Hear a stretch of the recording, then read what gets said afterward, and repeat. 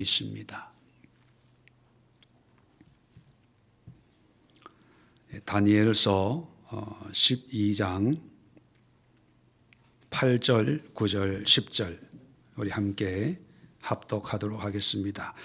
다 같이 함께 합독합니다. 시작. 내가 듣고도 깨닫지 못한지라 내가 이르되 내 주여 이 모든 일의 결국이 어떠하겠나이까 하니 그가 이르되 다니엘아 갈지어다 이 말은 마지막 때까지 간수하고 봉함할 것임이니라.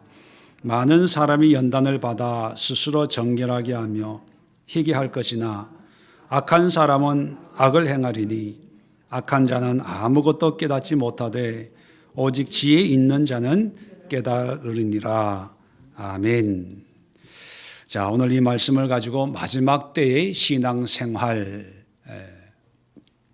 이제 지금까지 12장을 통해서 마지막 때에 우리의 신앙과 믿음과 또 말씀, 그리고 오늘은 우리의 신앙의 생활을 어떻게 해야 될 것인가, 이번 주와 다음 주에 걸쳐서 함께 살펴보려고 합니다. 자, 마지막 때라고 할 때, 그 마지막 때라고 하는 그 말의 의미가 자칫하면 예수 재림 때, 미래의 어떤 때라고 오해할 수가 있습니다. 성경에서의 어떤 때라고 하는 것이 물론 미래적인 의미를 가질 수 있습니다. 예수님의 재림, 또 하나님의 심판. 그런데 일반적으로 마지막 때라고 할 때 그 마지막 때를 오늘 이렇게 이해하면 거의 맞습니다. 어떻게 보면 재림이라고 하는 역사적인 사건은 미래지만 재림의 의미는, 영적인 의미는 지금이거든요. 무슨 얘기냐면 역사적인 사건으로 예수의 재림은 미래에 언젠가 이루어질 거예요. 그런데 우리는 그것을 기다리고 사모할 필요가 없습니다. 왜요? 우리가 살아 있을 때 예수님이 재림하지 않을 수도 있으니까. 그런데 중요한 것은 역사적으로 예수님이 재림하는 것보다 더 중요한 게 영적으로 나에게 임하는 것, 나에게 찾아오시는 것, 그게 어떻게 보면 더 실질적으로 중요한 사건이기 때문에 미래적인 의미라고 해서 장차 미래에 어떻게 되어질 그때를 기대하기보다는 그런 미래적인 시간의 의미가 오늘 지금 나에게 어떻게 임하는가, 이게 더 중요하거든요. 그래서 늘 말씀드리지만 하나님의 시간은 미래가 없다. 오직 현재밖에 없다. 그렇게 말씀을 드렸습니다. 그렇다면 이 마지막 때도 어떤 막연한 미래에 이런 일이 나타날 거다는 것이 아니라 다니엘을 통해서 하나님이 이렇게 역사할 거지만 그렇기 때문에 너는 오늘을 이렇게 살아라. 그런 메시지가 다니엘서이고 특별히 12장에 기록되어 있습니다. 자, 그렇다면 오늘을 마지막 때처럼 산다고 하는 그런 신앙 생활의 모습은 어떨까? 오늘은 먼저 세 가지로 요약을 해서 함께 살펴보려고 합니다. 자, 8절 보니까 내가 듣고도 깨닫지 못한지라. 자, 다니엘에게 주시는 환상을 다 얘기를 했는데 다니엘도 깨닫지 못했어요. 그러면 우리는 깨달을 수 있을까요? 분명히 알 수 있을까요? 여러분, 다니엘서 읽고도 야, 이게 무슨 얘기인지 모르겠다. 어쩌면 정상이에요. 다니엘 본인도 이해를 못했는데 우리가 어떻게 다 이해를 하겠습니까? 자, 깨닫지 못해서 이렇게 물어봐요. 내가 이르되 내 주의 이 모든 일의 결국이 어떠하겠나이까? 이 모든 일의 마지막이 결과가 어떻게 되겠습니까? 미래형으로 물어봐요. 미래에 어떻게 됩니까? 이해가 안 되니까. 자, 그랬더니만 9절에 그가 이르되, 하면 다니엘아 갈지어다. 미래형으로 가야 될 거야 이렇게 얘기하는 게 아니라 갈지어다 현재형으로 얘기합니다. 그건 뭐냐면 미래에 어떻게 될 겁니다 물었으면 미래 이렇게 될 거다 대답을 해주면 되는데 거기에 대한 대답은 안 해주고 그냥 가라는 거예요. 어디로 가는 걸까요? 천국으로 가라는 걸까요? 아니면 너의 삶으로 생활로 돌아가라는 걸까요? 네, 생활로 돌아가라는 거예요. 이해가 안 되더라도 미래에 언제 이런 일이 일어날까? 또 이런 일의 결과가 어떻게 나타날까 궁금하죠. 우리는 궁금해요. 예수님이 언제 오실까? 예수님이 오셔서 심판을 어떻게 하실까? 그죠? 예수님 오시기 전에 적 그리스도가 나타난다고 하는데 적 그리스도가 누굴까? 또 환란이 있다고 하는데 계시록에 보면 뭐 이런저런 환란, 대접, 나팔, 인재앙이 있는데 그 재앙이 어떤 모습일까? 궁금해요. 그래서 아마 여러분도 다니엘처럼 하나님 앞에 물어보면 하나님이 뭐라고 대답하실까요? 원종범 집사야, 가. 내 앞에서 내 생각을 들으려고 하지 말고 네 생활로 돌아가. 직장으로 가. 집으로 가. 가정으로 가. 그거예요. 뭐냐면 어떤 이단들은 예수님이 온다고 막 집 팔고 뭐 해가지고 막 어디에 모여가지고 재림하시는 예수님을 막 만나려고 뭐 그죠? 들림 받는다고 뭐 그러고 있잖아요. 그게 아니라는 거예요. 생활로 돌아가는 거예요. 현실 속으로 환상을 보고 막 하나님을 만나고 이상을 보고 미를 보면 신비하잖아요. 변화산에 있던 제자들처럼 여기가 좋사오니 초막셋을 짓고 예수님과 엘리야와 모세를 위해서 여기 아예 살고 싶습니다 하는 그 제자들의 마음과 똑같이 다니엘도 신비한 경험을 하니까 계속 궁금해하는 거예요. 언제 이렇게 돼요? 저렇게 돼요? 어때요? 자, 그러고 있을 때 이제는 그만하고 이제 현실로 돌아가라는 거예요. 여러분, 우리가 기도도 깊이 있게 기도하는 게 중요합니다. 또 하나님의 은혜를 깊이 경험하는 것도 중요해요. 근데 그 은혜 속에만 머물면 건강한 신앙을 세우기가 어렵습니다. 왜냐하면 여러분, 하나님이 주시는 은혜의 목적이 뭘까요? 신비한 체험을 많이 해서 하나님과만 더불어 살도록 하기 위해서 은혜를 베풀까요? 아니에요. 하나님이 주시는 은혜는 그 은혜를 가지고 우리의 삶의 현장에서 하나님의 나라를 세우는 거예요. 나와 함께 세우는 것이 아니라 하나님과 함께 세우는 것이 아니라 하나님의 임재, 신비한 어떤 체험 속에서 세우는 것이 아니라 그런 은혜를 통해서 우리의 삶의 현장에서 예수님이 나의 구원의 주이신 것을 고백하면서 살아가도록 하기 위해서 은혜를 주시는 거예요. 자, 그래서 다니엘에게 너의 삶에, 너의 현실로 돌아가라.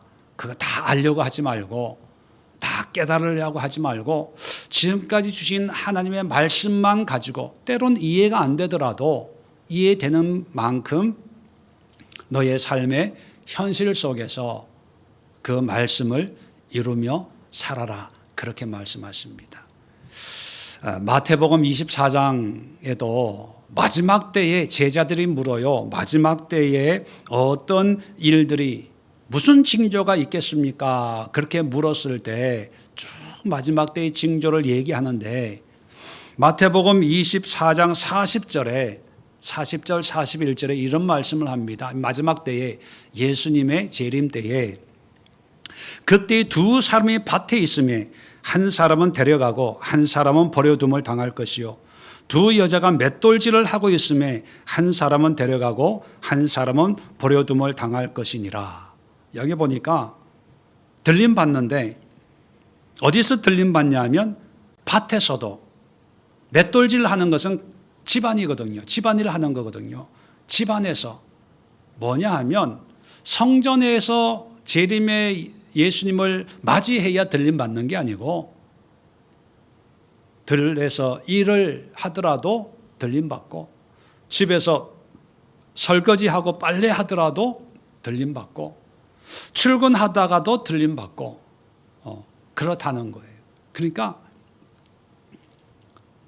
마지막 때의 신앙생활은 우리의 현실 속에서 하느님 주신 말씀을 실천하면서 현실의 영성을 가져야지 뭔가 신비한 것만 추구하고 오묘한 것만 추구하고 남들이 모르는 것을 나는 안다라고 하는 어떤 영적인 교만에 빠지면 다 미혹이 되고 2단, 3단이 되는 것입니다. 자, 첫 번째 그래서 마지막 때 오늘날의 신앙생활은 첫 번째 현실의 영성.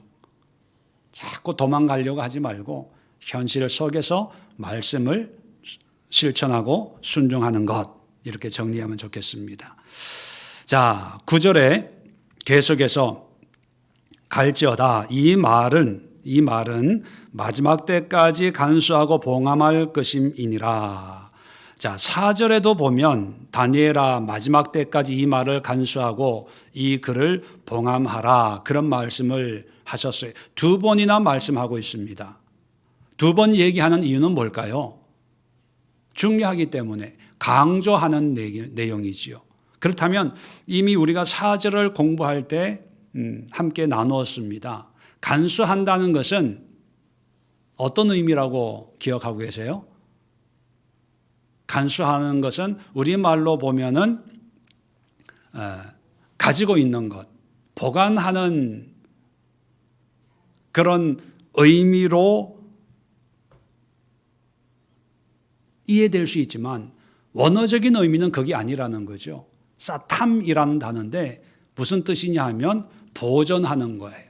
잘 보호하고 변질되지 않도록 그대로 유지하게 하는 것. 다시 말하면 하나님의 말씀하신 그 말씀이 말씀 그대로 변질되지 않고 원본대로 유지하게 하는 그것이 간수예요.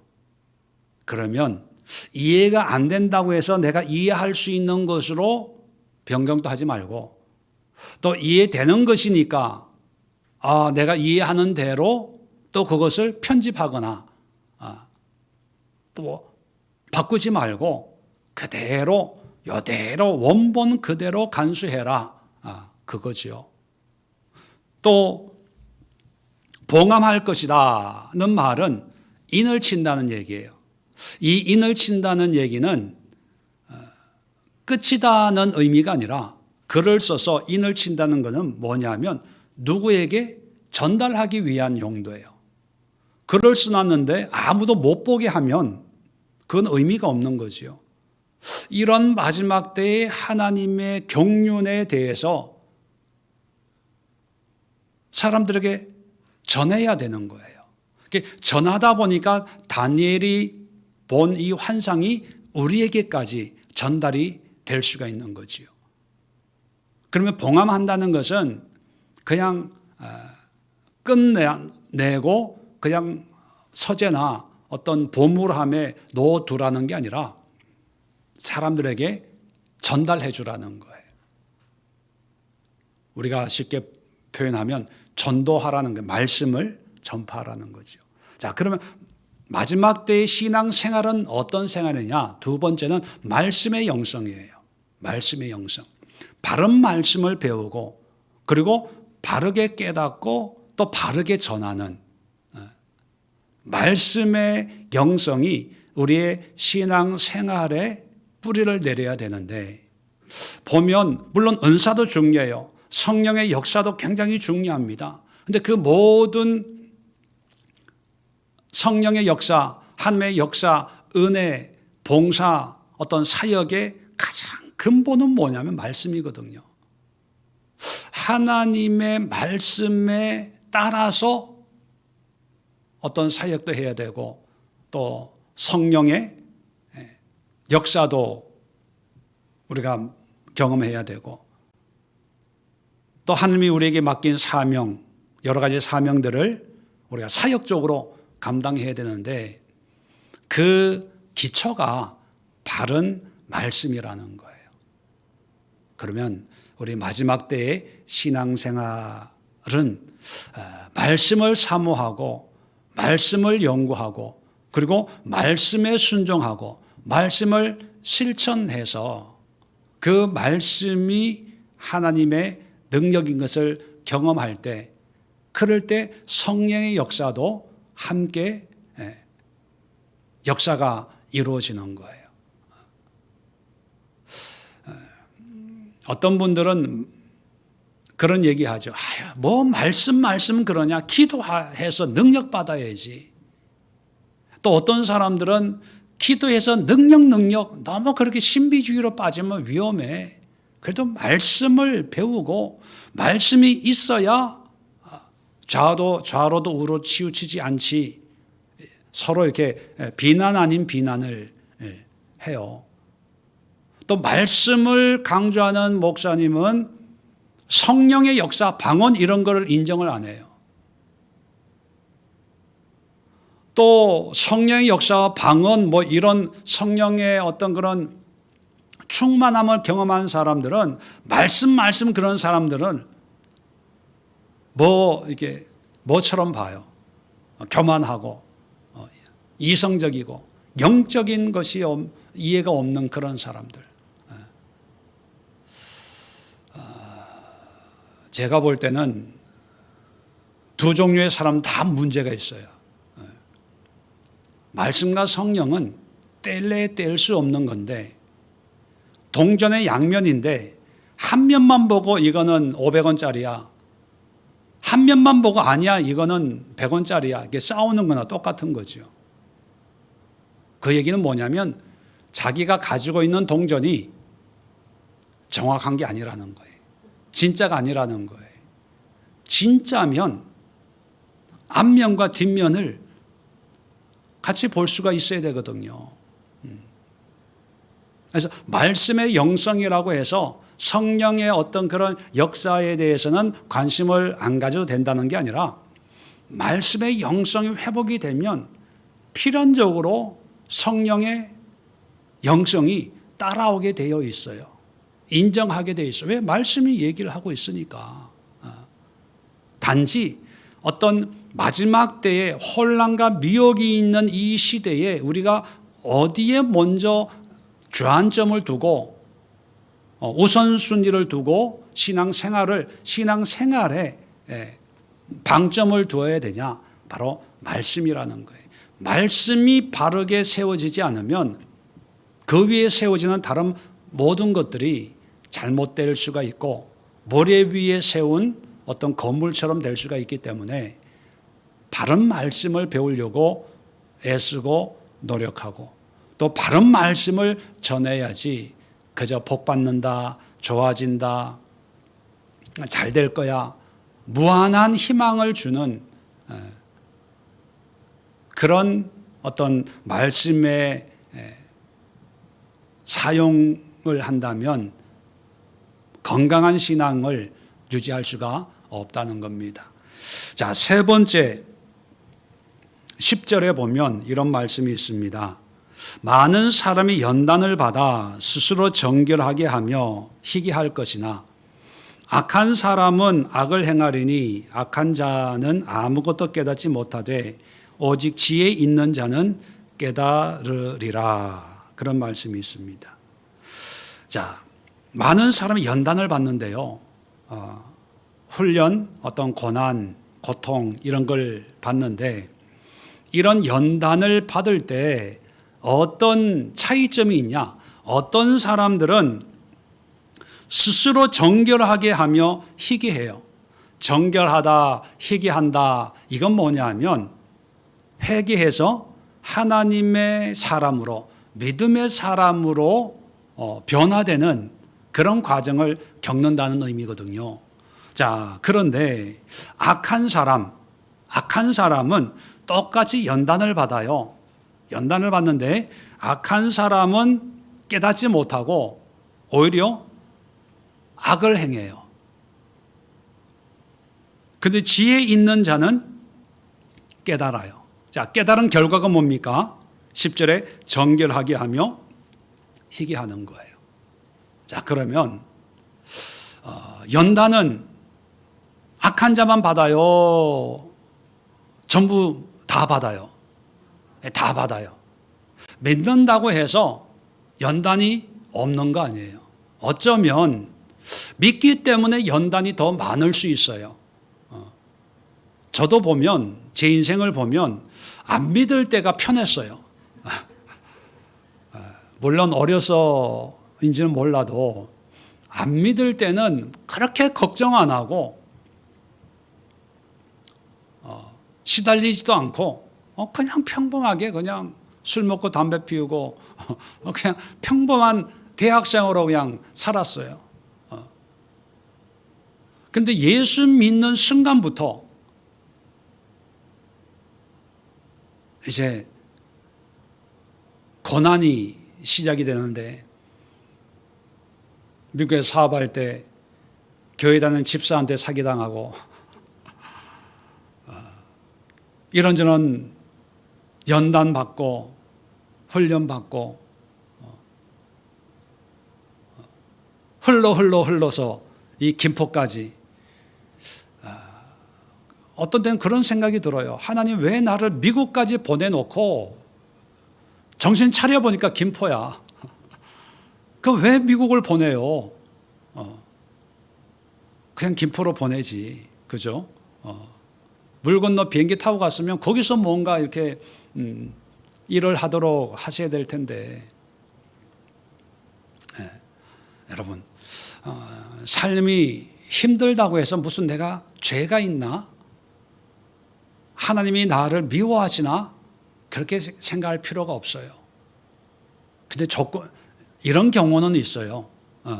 여러분, 나에게 어떤 죄로 인해서 하나님이 반복적으로 뭔가를 깨닫도록 어려움을 준다. 한 번, 두 번이 아니라 반복적으로 어려움을 주는 것은 어떤 해결돼야 될 문제가 있기 때문이에요. 그런 경우에는 나한테 무슨 문제가 있나? 하나님과 나 사이에 해결해야 될 어떤 뭔가가 있나? 살펴봐야 돼요. 반복적으로 그런 게 나오면.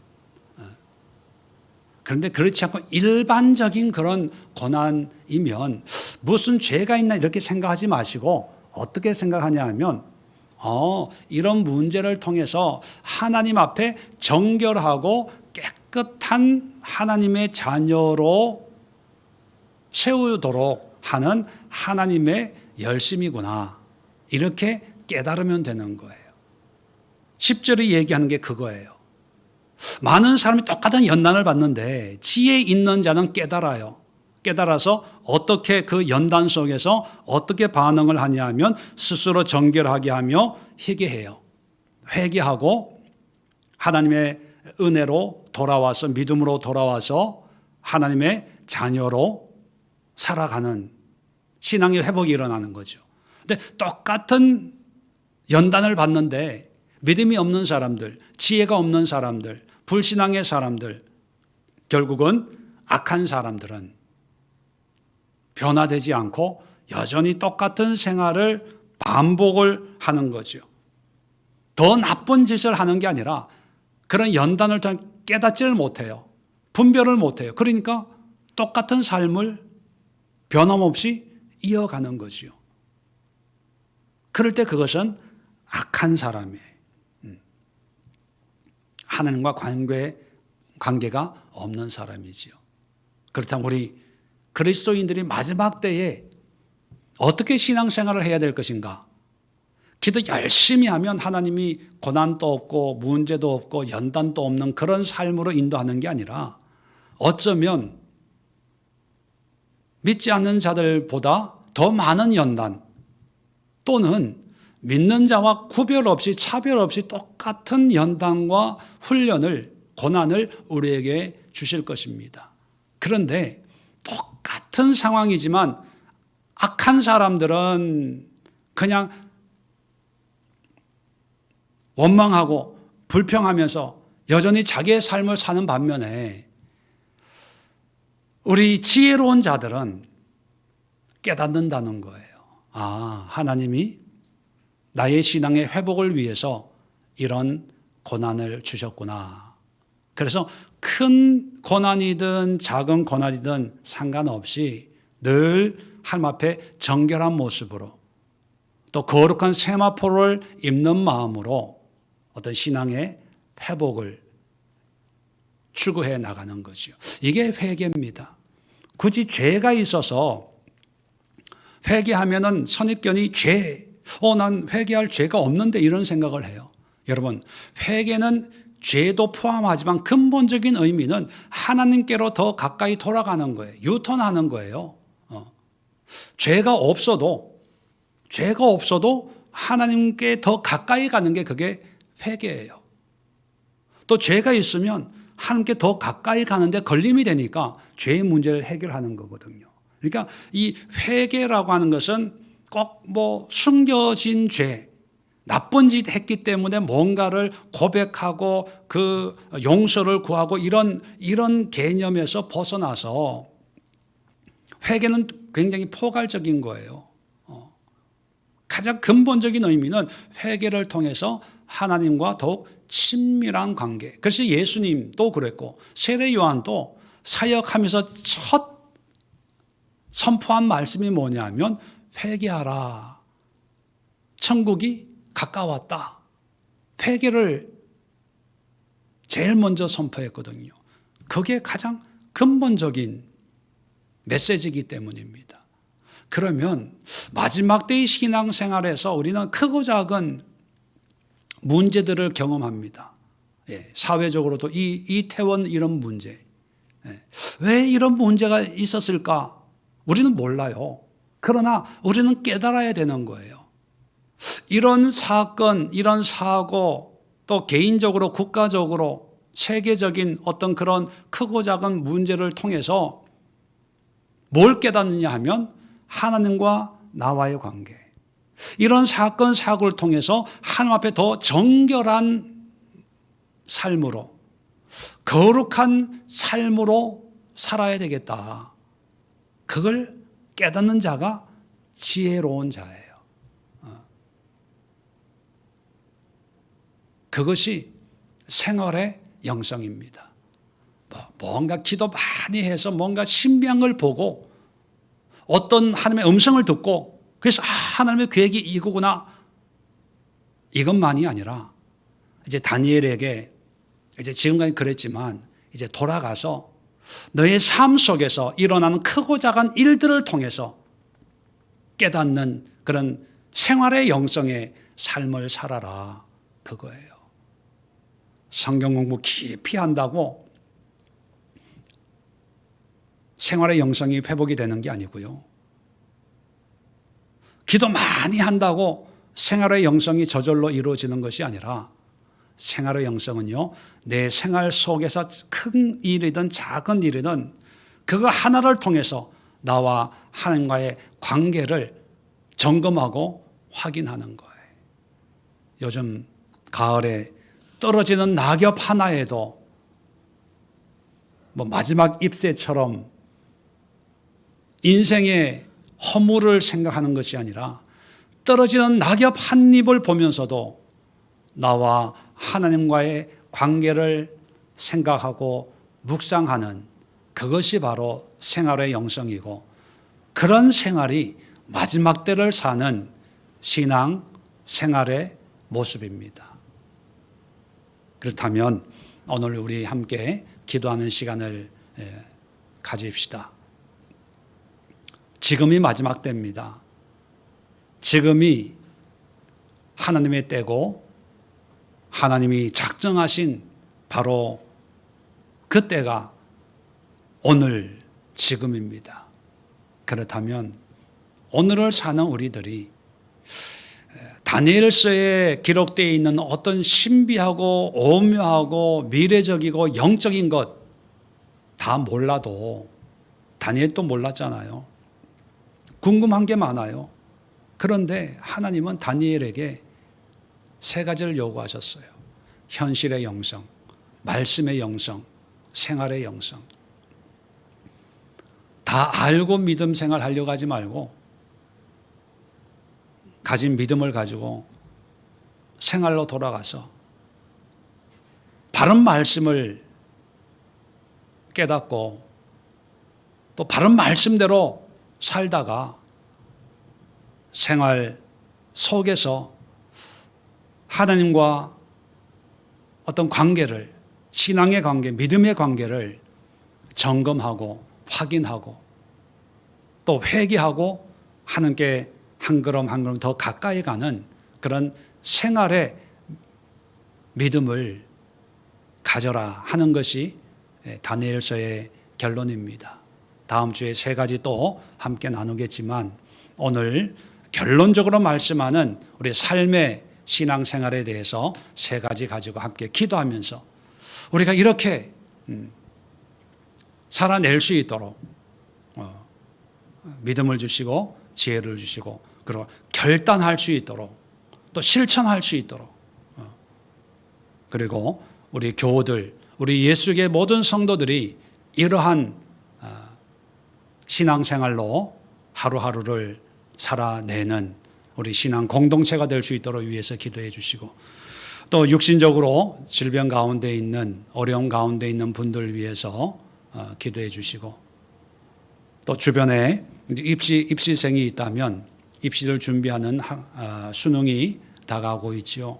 수능이나 여러 입시나 취업이나 이런 시험에 준비한 만큼 좋은 결과가 나타날 수 있도록 그들을 위해서도 함께 기도해 주시고 또 나라와 또 여러 가지 사회 이 모양 저 모양을 위해서 함께 중보하며 기도하는 시간을 갖도록 하겠습니다. 우리 자리 정돈하시고 함께 주여 한번 외치고 오늘 말씀을 가지고 함께 기도하도록